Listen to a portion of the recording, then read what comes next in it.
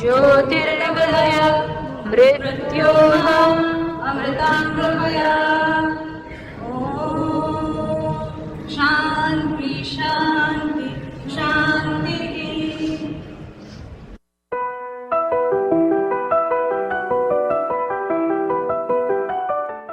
Hindu Dharma and rejuvenating Hindu society deserve our admiration and recognition. This World Hindu Congress affords us the opportunity to acknowledge and honor his invaluable contribution. When we say Jaya or Vijaya, it is always Dharma Vijaya. The Vijaya that stands on Dharma. The process that is carried out by the Dharma niyams, Dharma rules. And the result is also Dharma. That is Dharma Vijaya.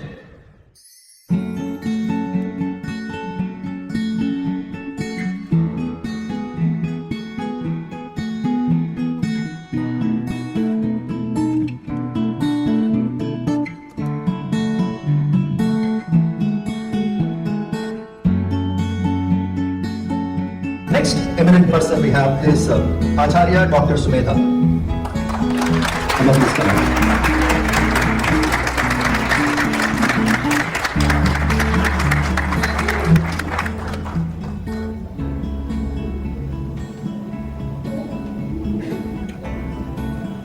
Acharya Dr. Sumedha is the founder, principal of Srimad Dayanand Kanya Gurukul Mahavidyalaya, Chodipura, UP, Bharat. After completing her formal education in Gurukul, she did her PhD in Vedas. Rare people. A doctorate in Vedas. Yesterday we were talking about the importance of academicians. We have somebody here who has done PhD in Vedas. Having decided in a very tender age to live a life of brahmacharini for the cause of Vedic education for girls, grand vision that is.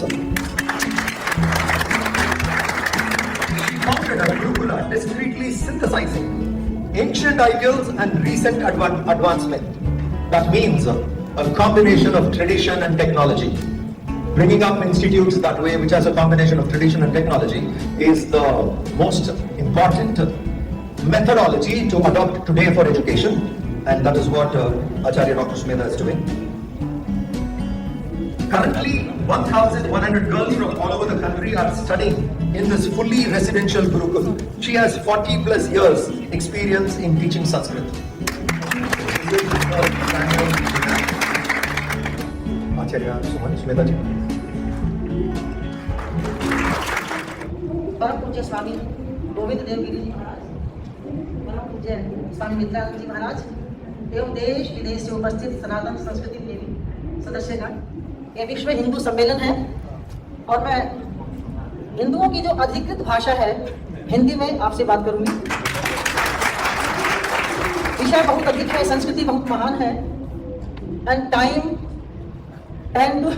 10 minutes ये ऐसे ही हो गया जैसे श्री राम ने कहा था विजयतव्या लंका तरणी तरणीयो जलनिधि। लंका जीतनी है और छोटी सी नौका से समुद्र पार करता है। सदस्यगण, हमारे देश भारतवर्ष की संस्कृति सबसे पुरातन विश्ववर्णीय संस्कृति रही है और ये संस्कृति ऐसा है जैसे दुखों के दावानल से कराती हुई मनुष्य जाति के लिए एक संजीवनी बूटी हो, भोगों की ज्वाला में जलती हुई मानवता के लिए शीतल लेप है, युद्धों की विभीषिका से संतुष्ट सभ्यताओं के लिए ये वसुधैव कुटुंबकम का संदेश है, जो संदेश अभी G20 सम्मेलन में आए हुए सदस्य देश अभी भारत से वन वर्ल्ड वन फैमिली के रूप में सीख करके गए हैं। विशेष बात, इस संस्कृति की प्रयोगशाला थे गांव गांव में चलने वाले वो लाखों शिक्षा के केंद्र गुरुकुल जो आज भी कहीं कहीं दिखाई देते हैं, जहां प्रातःकाल सयोत्थान के पश्चात ही सर्वे भवन्तु सुखिनः सर्वे सन्तु निरामया ये मंगल घोष के साथ बच्चों में विश्व कल्याण की भावना भरती जाती थी और वास्तव में भारतवर्ष के संस्कार की आत्मा थे वो। उनका आधार तत्व संस्कृति की उपासना ही है। संस्कृति की बात की, संस्कृत के विषय में मैं आपसे बात करती हूँ क्योंकि संस्कृति हमारी बहुत महान है। तो किस लिए महान है? ये संस्कृत से महान है। ये संस्कृत शब्द के अर्थ में ही चमत्कार है। संस्कृत शब्द का अर्थ है अलंकृत और सुशोभित। सम का अर्थ है सम्यक, उचित अर्थात सत्य। और इसमें सुट का आगम संपरिभ्याम करो तो भूषणे इस पाणिनीय सूत्र के अनुसार अलंकृत अर्थ में अर्थात सुंदर अर्थ में हुआ है और क्री धातु से जब तक प्रत्यय हुआ है किसी भी कार्य की सिद्धावस्था को दर्शाता है। कृत अर्थात सिद्ध, जैसे शिव सिद्ध है। संस्कृत शब्द में ही सत्यम, शिवम और सुंदरम इनका भाव ध्वनित होता है और यही सत्यम, शिवम, सुंदरम हमारी संस्कृति का सार है। सज्जनों, ऐसी सुपरिष्कृत संस्कृत भाषा का प्रचार और प्रसार ये अपने सांस्कृतिक पुनर्जागरण के लिए भी और आत्म परिष्कार के लिए भी बहुत आवश्यक है। और यह संस्कृत केवल पौरोहित्य एवं कर्मकांड की ही भाषा नहीं थी, ये सभी ज्ञान, विज्ञान, गणित, अर्थशास्त्र, दर्शन, तर्कशास्त्र, इतिहास, भूगोल सबकी भाषा थी। देखिए, छांदोग्य उपनिषद में महर्षि नारद ऋषि सनत कुमार के पास अपनी अधीत विद्याओं का वर्णन करते हुए कहते हैं, ऋग्वेदम भगवो अध्ययनी, यजुर्वेदम सामवेदम, अधर्वणम, पंचमम इतिहासम, वेदानाम वेदम, विक्रम राशि, दैवम निधिम, भूत विद्याम, ब्रह्म विद्याम, क्षत्र विद्याम, नक्षत्र विद्याम, देवजन विद्याम, सर्व विद्याम, दांधन विद्याम।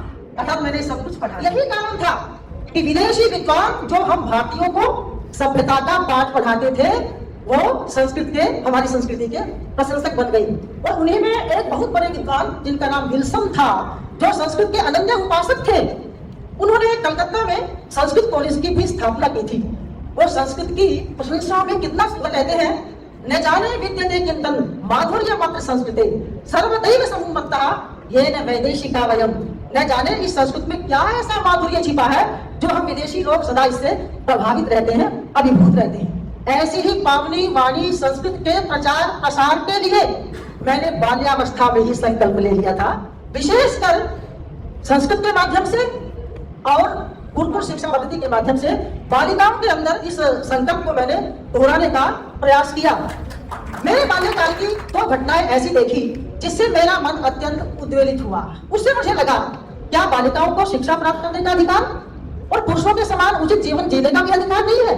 एक परिवार में मैंने एक छोटी बालिका को, लेकिन वो अपने भाई से बड़ी थी, अपने भाई के स्कूल बैग को हाथ लगाते देखा तो उसके परिवार वालों ने उसको यह कहकर डांट दिया, ये भाई का स्कूल का बस्ता है, तेरे काम की चीज नहीं है, ये लड़कियों के काम की चीज नहीं होती। गाँव में तब भी ऐसा था, अब भी कहीं कहीं ऐसा है, अर्थात लड़कियां नहीं पढ़ सकती थी। दूसरी घटना ने मुझे अत्यंत उद्वेलित किया जब मैंने अपने परिवार की महिलाओं को भी प्रायशः घर के दरवाजे के पीछे खाना खाते देखा।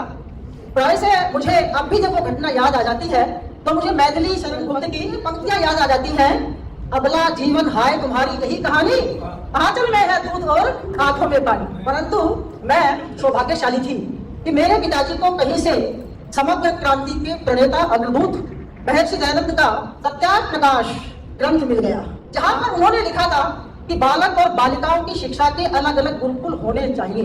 अर्थात गुरुकुल शिक्षा पद्धति का वर्णन किया था जो पहले से चला आया था। बस यही सोच करके मुझे पिताजी ने गुरुकुल में भेजा। जब मैंने वहां पर वेद, उपनिषद, रामायण, महाभारत जैसे प्राचीन गौरव के संस्कृत के ग्रंथों को पढ़ा तो मुझे आश्चर्य हुआ। वहां पर तो महिलाओं के लिए इतनी उच्च स्थिति है, इतनी प्रशंसा है कि जो कहीं पर भी नहीं हो सकती। वेदों में सैकड़ों से अधिक मंत्र ऐसे हैं जो नारी की उच्च स्थिति को वर्णन करते हैं। उपलब्धि योषा, नारियों को नगर पालिका के अध्यक्ष बताया गया। स्त्री ही ब्रह्मा बभूवित है, ब्रह्मा कहा गया। और जाये दस्तम, जाया ही घर है, अर्थात नारी ही घर है, ऐसा कहा गया। अहम केतु रहम मूर्धा बताया गया कि नारी तो राष्ट्र की ध्वजा होती है। और कहा गया कि जैसे ध्वजा को नहीं झुकाया जाता, उसके सम्मान को नहीं गिराया जाता, इसी प्रकार से नारी के सम्मान को नहीं गिराया जाता। राष्ट्र की ध्वजा को झुकाने पर जो परिणाम होंगे, वही राष्ट्र में नारी का अगर सम्मान नहीं होगा तो जो परिणाम राष्ट्र की ध्वजा को झुकाने से होंगे, वही परिणाम नारी के अपमान से होंगे। तभी तो मनु महाराज ने कहा कि यत्र नार्यस्तु पूज्यन्ते नमन्ते तत्र देवता। अर्थात वेदों में मैंने सैकड़ों मंत्र ऐसे देखे, और केवल वेदों में ही नहीं, मैंने जब वाल्मीकि रामायण को पढ़ा, वाल्मीकि रामायण से मुझे एक बात याद आ रही है। अभी जब मैं स्वर्ण भूमि एयरपोर्ट पर उतरी तो अपने WSC के एक भाई वॉलंटियर ने मुझे बताया कि इस देश थाईलैंड में 60 से 70% रीति रिवाज ऐसे हैं जो हिंदुओं के हैं, उसमें रामायण उनका राष्ट्रीय ग्रंथ है। मैं मुझे स्वामी जी से निवेदन करूंगी, हमारे प्रधानमंत्री माननीय मोदी जी ने महिलाओं के लिए 33% आरक्षण की व्यवस्था की है। तो मैं निवेदन करूंगी कि 10 मिनट में, और जैसी की बात है वो 3-4 मिनट तो मुझे आरक्षित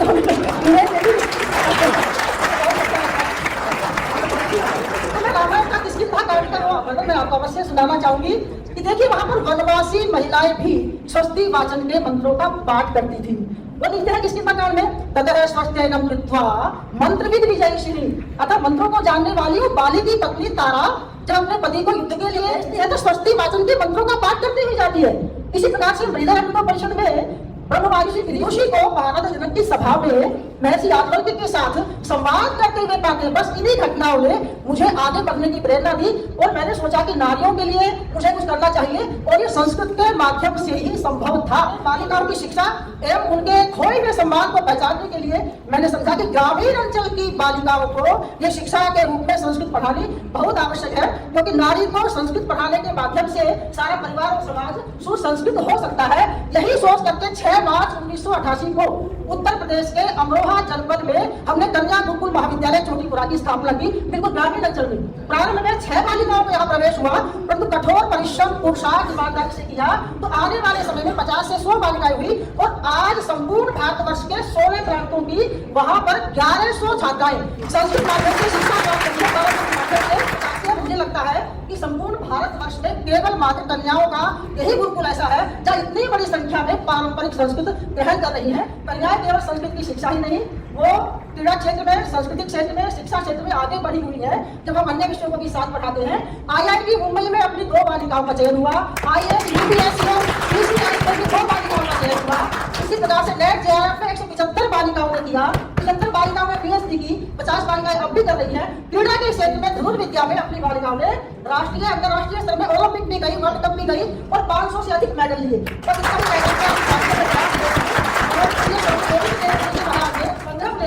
गीता की प्रतियोगिता की थी, तो वहां पर आपने 25 बालिकाओं को गीता प्रति की उपाधि देकर के सम्मानित किया।